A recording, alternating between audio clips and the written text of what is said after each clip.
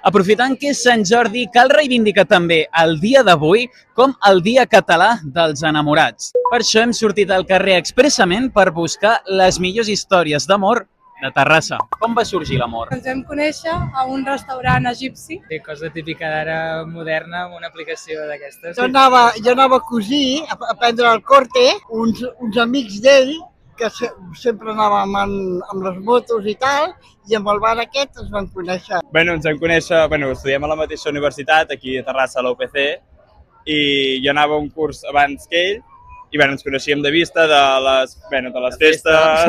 Es feia servir l'SMS encara i ens enviàvem algun missatge de Messenger.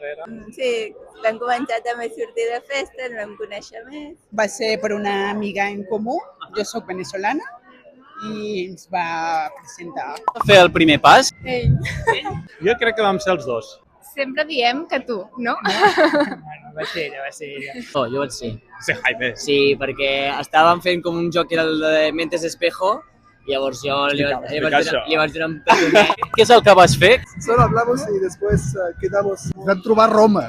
Ella va volar des de Veneçuela a Roma i jo vaig volar a Roma i allà va ser el súmum, no? No sé, jo tenia molts nervis i moltes ganes de quedar. Comentar-ho molt amb les amigues.